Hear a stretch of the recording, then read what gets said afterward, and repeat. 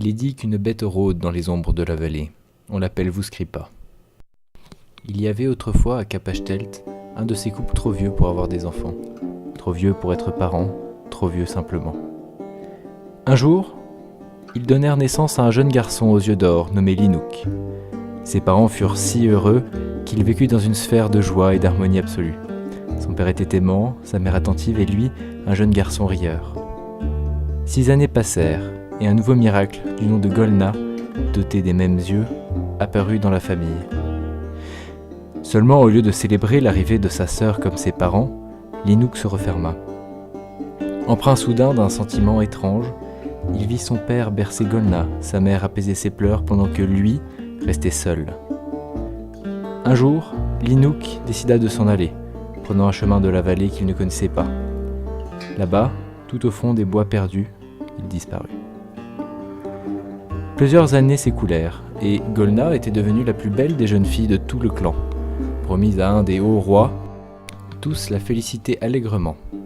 Le jour de son mariage, Golna fut subitement prise de panique, remettant en question jusqu'à son amour pour son futur époux. Elle n'écouta ni les sermons de son père, ni les avertissements que l'on lui donnait, et elle s'enfuit à son tour dans les bois perdus. Elle marcha, longtemps. Chacun de ses pas assombrissait un peu plus son chemin, si bien que, bientôt, elle se crut en pleine nuit. Seule, avec ses ombres, elle ne s'attendait pas à ce craquement qui brisa le silence. Elle voulut y réchapper, elle courut, mais c'était trop tard. Vouscripa était là. Depuis plusieurs années d'angoisse et d'épouvante, la bête errait, cheveux épars, secouant des bras noircis. Des années que de jeunes gens disparaissaient, volatilisés. Golna sentait sa fin proche lorsque la lugubre bête s'approcha de son visage, la reniflant, préparant ses crocs et plongeant son regard froid dans le sien. C'est alors qu'elle s'arrêta, net, laissant Golna interdite. Elles avaient le même regard, scintillant d'or.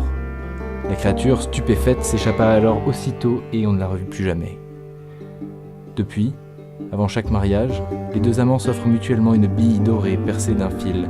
Elle s'accroche à soi pour faire fuir Vouscripa.